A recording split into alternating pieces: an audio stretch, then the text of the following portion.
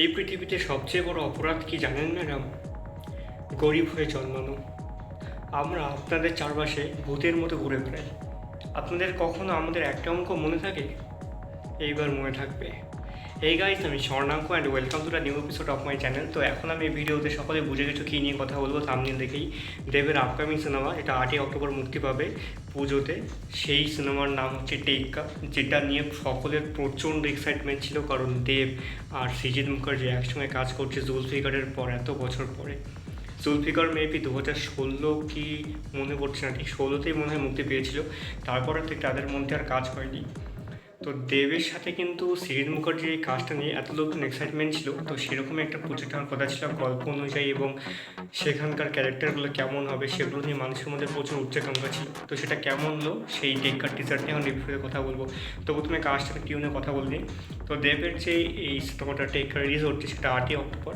এটা একটা action thriller cinema, এবং পার্টিকুলারলি বলতে গেলে যদি জনরার মধ্যে সাব জনরা বলি, তাহলে এটা ওয়ান লোকেশনে একটা হস্টেজ থ্রিলার সিনেমা হতে চলেছে, যেরকম 8 Hours যেটা হয়েছিল ফরসার যে সিনেমাটা ছিল ইয়ামি গোদামে, ঠিক সেরকম টাইপেরই। তবে এটা স্কেলটা একটু বড়, একটু অন্যরকম রয়েছে। এটা ডিরেক্ট করছেন সৃজিত মুখার্জি, লিখেছেন তো অবশ্যই ভাস্কর চট্টোপাধ্যায়, এবং তার সাথে তিনিও জুড়ে আছেন। ডায়ালগসগুলো তিনি লিখেছেন, মানে সৃজিত মুখার্জি, এবং স্ক্রিন প্লে দুজনে মিলে লিখেছেন। এই সিনেমায় দেবের সাথে রয়েছে স্বস্তিকা মুখার্জি, রুক্মিণী মিত্র, এবং এদের তিনজনকে তো আমরা আগে থেকে জানতাম। এবং আরও যারা রয়েছে তারা হচ্ছে সৃজা দত্ত, এখানে একটা ছোট রোলে রয়েছেন। এছাড়া রয়েছেন আরিয়ান ভৌমিক, এবং টোটা রয় চৌধুরী রয়েছেন, সুরেন মুখার্জি রয়েছেন, এবং আমাদের সকলের প্রিয় এবং পরিচিত পরাণ বন্দ্যোপাধ্যায় রয়েছেন। সিনেমাটা প্রডিউস করেছে দেব এন্টারটেনমেন্ট ভেঞ্চার্স, এডিট করেছে প্রণয় দাশগুপ্ত, মিউজিক রয়েছেন রণজয় ভট্টাচার্য, এবং সিনেমাটোগ্রাফি কাজ করেছেন হচ্ছে মধুরা পুলি। তো এবার টেকার টিজার নিয়ে কথা বলি। তো টেকার টিজারটা বেসিক্যালি আমার দুর্দান্ত লেগেছে। আমি যেরকম ভেবেছিলাম যে এরকম কিছু একটা হবে, বা যেরকম কথাবার্তা গল্প নিয়ে বিভিন্ন রকম প্রচুর রকম কথাবার্তা চলছিল, তো সেই ধরনের কিছুটা গল্প হবে আশা করা যাচ্ছে এই পুরো টিজারটা থেকে, যা মনে হলো। শুধুমাত্র দেব, স্বস্তিকা মুখার্জি, রুক্মিণী মিত্র কিছুটা অংশ দেখানো হয়েছে, বাকি যারা রয়েছেন প্রত্যেকের 1 সেকেন্ডের একটা ঝলক দেখানো হয়েছে। তো এখানে ব্যাপারটা অ্যাকচুয়ালি পলিটিক্যাল থেকে শুরু করে বিভিন্ন রকম আরও অংশ, সমাজের দুর্নীতি থেকে শুরু করে আরও অনেক ঘটনা এই সিনেমার সঙ্গে সম্ভবত জুড়ে রয়েছে পুরো টিজারটা থেকে, যা মনে হলো।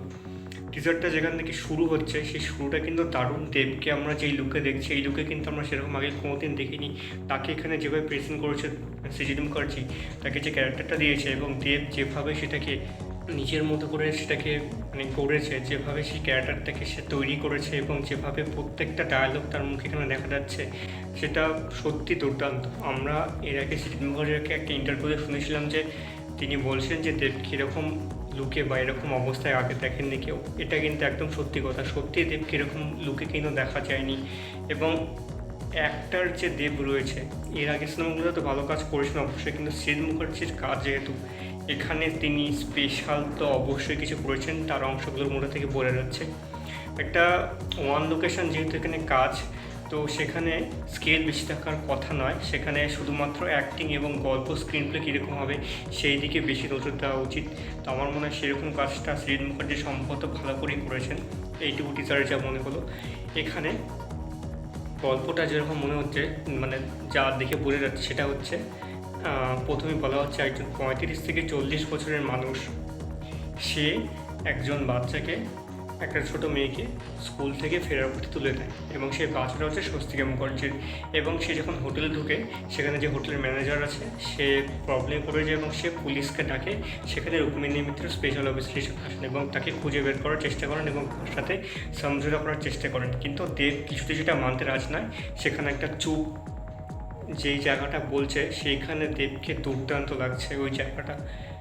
তারপরে বলছে যে বেরিয়ে না গেলে এখান থেকে মাথা খুলে উড়িয়ে দেবো। তারপরে দেবের বিভিন্ন ডায়ালগ থেকে শুরু করে অনেক অংশ দেখা যাচ্ছে, এবং পরপর আমরা অনেক কিছু দেখতে পাচ্ছি সেখানে। এবং শেষে প্রত্যেকে যে ঝলক দেখা গেল, পরাণ বন্দ্যোপাধ্যায় এখানে একজন পলিটিক্যাল লিডার, তার একটা র্যালি হচ্ছে। আরিয়ান ভৌমি এখানে একটা অংশ রয়েছে। সৃজাকে সম্ভবত দেখতে পেলাম না এখানে, বা দেখতে পেলাম নাকি একটা জায়গায় মনে হলো না সেটা সৃজা।